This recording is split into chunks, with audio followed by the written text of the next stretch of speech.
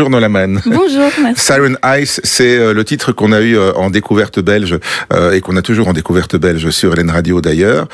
C'est ton single. Il y a un EP en préparation, un deuxième EP en préparation. Oui, un deuxième EP en préparation. Ouais. Crossroads. Oui. Ça comporte. Je dis combien de titres ça comporte? Oui. On dit tout. On est là pour tout dire. Ouais. Alors oui, il y aura 5 titres, dont un petit titre surprise. Ouais. Et puis ça sort fin 2026. Ouais. Donc on a le temps. Il y a encore d'autres singles qui arrivent. D'accord.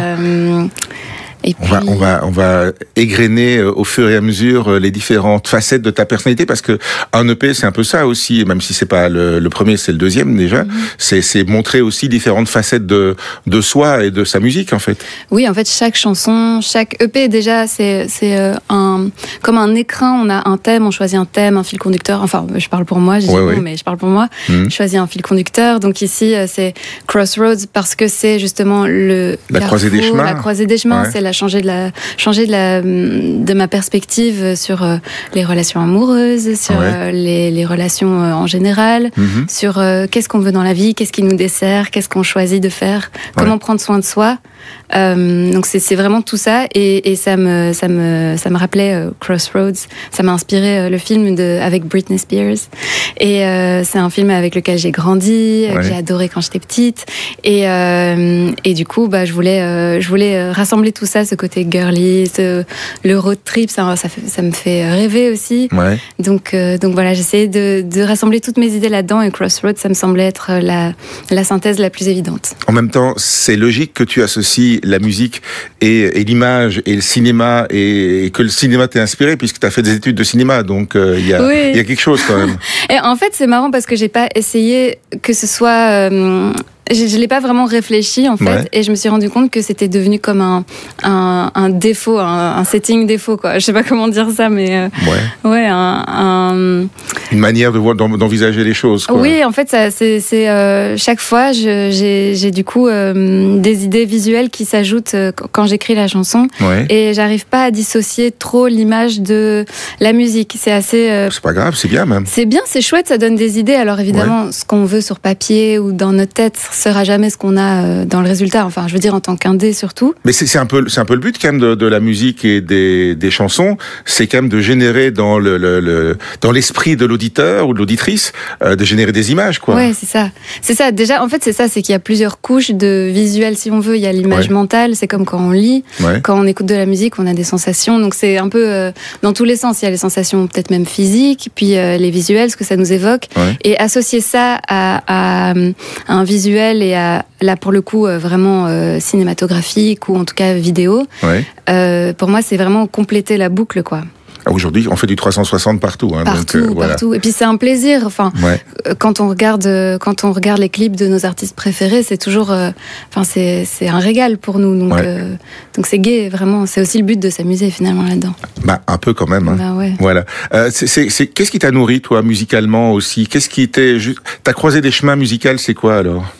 Elle est très très diversifiée, parce que forcément il y a ceux avec quoi on grandit, donc il y a les parents, les grands-parents. En tout cas pour moi c'était il y avait beaucoup de rock à l'époque. Mes parents ils écoutaient Pink Floyd, Supertramp, des classiques, mais il y avait aussi la country du côté de mon papa, puis il y avait Johnny Cash, Elvis Presley, le blues, tout ça.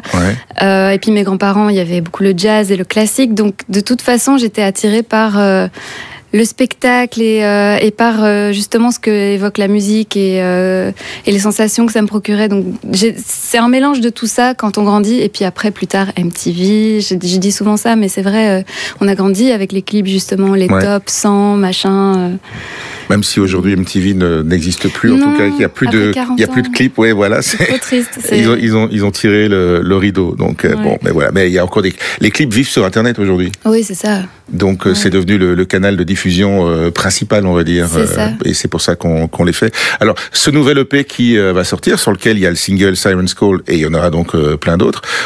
Il a aussi la particularité d'être à la fois autoproduit et de faire appel à du crowdfunding. J'ai vu que ça a bien fonctionné. Ah oui, d'ailleurs. Je suis trop contente d'ailleurs. Merci encore à tout le monde. Ulule, c'est incroyable.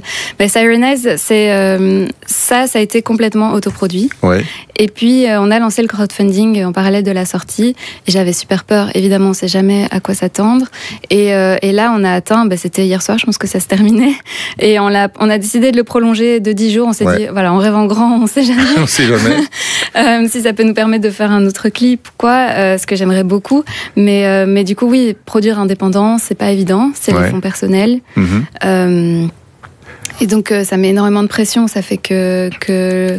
Indépendante, mais je crois que tu t'es quand même entouré aussi d'une équipe maintenant qui avait une volonté de le faire de manière toujours artisanale, mais quand même un peu plus professionnelle, pour avoir aussi du répondant, pour pas être trop seul, justement, pour créer.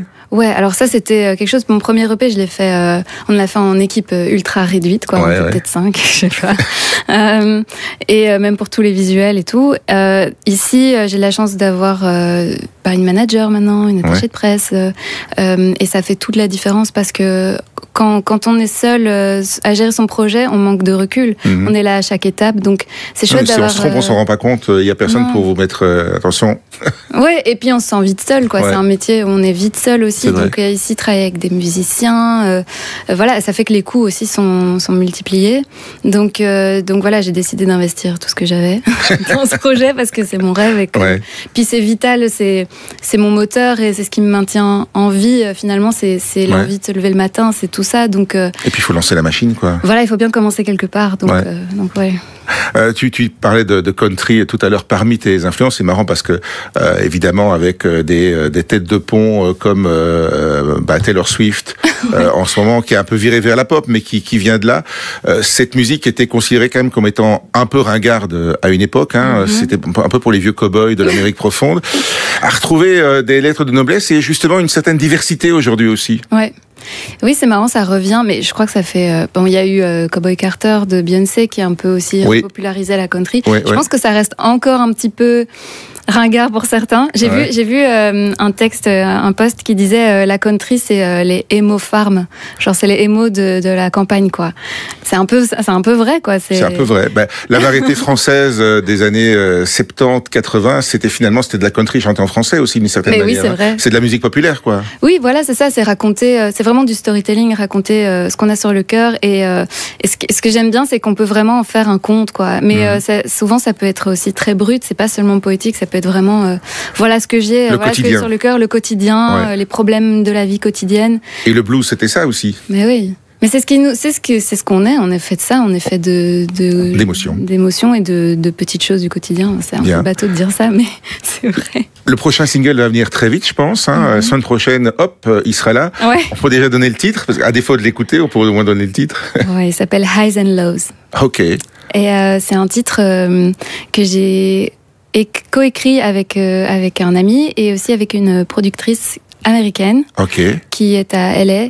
Et c'est un hasard tout à fait hasardeux que ça se soit produit. C'était pas du tout prévu. Et la vie a fait que. Et on s'est rencontrés via les réseaux. Et voilà, on a produit Highs and Lows. Et aujourd'hui, on peut travailler avec des distances phénoménales, sans devoir prendre d'avion, et comme si on vivait l'un à côté de l'autre. C'est ça qui est magique aussi. C'est assez dingue. On s'est jamais rencontrés en vrai. Donc, je croise les doigts qu'un jour je pourrais la rencontrer. Écoute, c'est tout le bien que je te souhaite en tout cas. Merci. Voilà, Nola Mann, ça s'appelle Siren's Eyes, mais la suite arrive très très vite donc, et au fur et à mesure, on arrivera vers 2026, vers fin 2026, et vers le deuxième EP. Merci Nola. Merci beaucoup.